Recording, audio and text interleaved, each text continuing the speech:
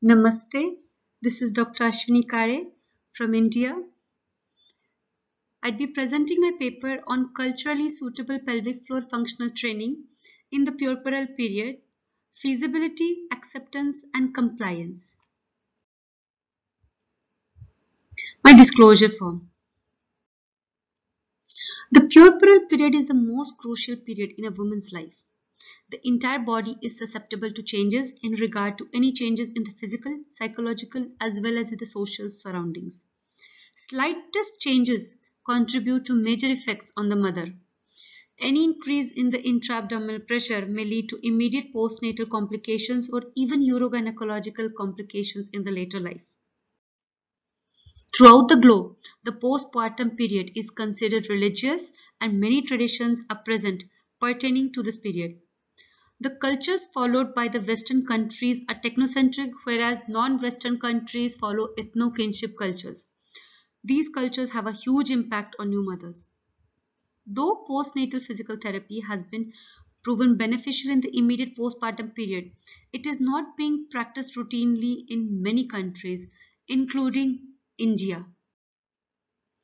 Facilitators and barriers for postnatal physical therapy in India have been identified by a pre-pilot study prior to the study on 172 post-delivery women. Of these results, one of the major barriers was time restraint due to breastfeeding and baby care as well as the cultural practices in the puerperal period like complete bed rest with no exercise, belief that excess movements or use of any particular part of the body leads to potential harm or complications related to that body part in the future life. The aim of our study was to use culturally suitable pelvic floor exercises as functional training and to find out the feasibility, acceptance, and compliance towards the same. It was an observational study design. The study setting was MGM Medical College and Hospital, Aurangabad, India. Study population for postnatal primiparous women. Convenient sampling was taken and a sample size of 235 were calculated. We included primiparous women irrespective of the mode of delivery. We excluded all the women who underwent any abdominal or urogynecological surgery other than C-section and episiotomy. 235 mothers were first assessed and educated regarding the importance of exercises, the detrimental effects of increased intra-abdominal pressure, do's and don'ts in the puerperal period, NAC and manual splinting technique. They were then taught pelvic floor muscle training in sitting along with breathing exercises and in supine along with breathing exercises. After that, lumbopelvic stability exercises were given. The therapist ensured whether the women were performing the correct method of pelvic floor muscle training.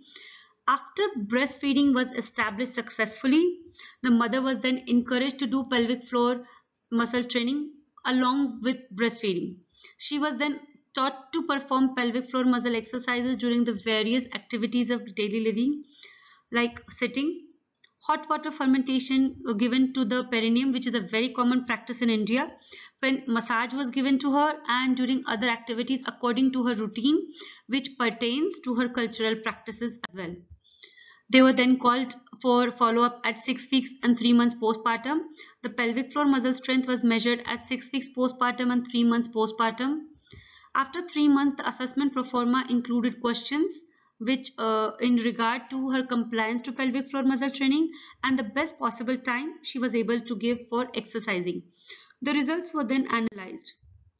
Out of the 235 women, 74% means 174 women complied with the program.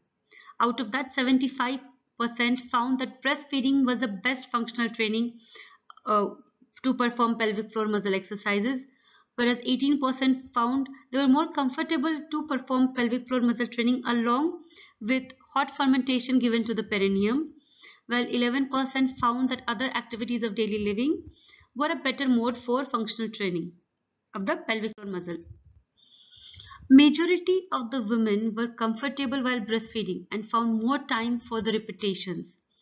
Some women had also said that once they practiced it, it became habitual for them to perform pelvic floor muscle exercises while breastfeeding, and they were performing it subconsciously as well. The study showed that the compliance to postpartum exercises were better if they were administered as functional training as per each individual need based, and if it were culturally acceptable by each and every individual. The necessity for the functional training of pelvic floor muscles in the postpartum period has become essential for the better compliance in developing countries where it is not practiced regularly. We conclude that culturally suitable functional training of pelvic floor muscles is well accepted, feasible, and guarantees better compliance for new mothers to perform pelvic floor muscle exercises. These are my references. Thank you.